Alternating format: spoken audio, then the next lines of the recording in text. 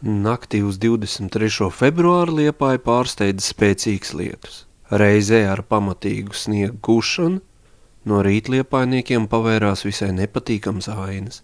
Īpaši liels neērtības nācās pārdzīvot Ezermāls iemītniekiem. Vairākas ieliņas bija pamatīgi aplūdušas, ka iziet no mitekļiem varēja vien gumijas zābakos.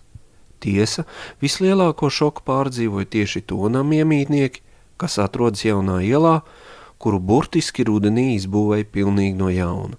Iela bija tik nopietni pārplūdus, ka vairāk nam bija pilnībā atgriezt no ārpasaules. Autovadītāji, kas bija nolēmuši braukt pa jauno ielu, tur arī palika.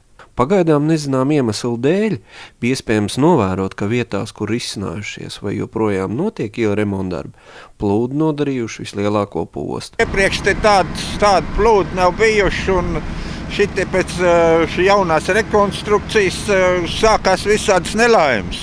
Tad pēc neliela lieta jau te plūst nost. Sēdz viss noplūdušas ir, mašīnas nevar izbraukt. Neviens no šitiem te projektētājiem te neviens nerādās. Tā ieprojektējuši, ka tikai vēl sliktāk nekā bija. Tā nav pirmā reize pēc projektēšana, pēc šitā te pārbūves jau vairākas reizes ir te ieli noplūdusi. Seku novēršanai tika iesaistīti arī prāvu spēki, tostarp ugunsdzēsēji, kuri lietā lika savu iespaidīgo tehnisko aprīkojumu.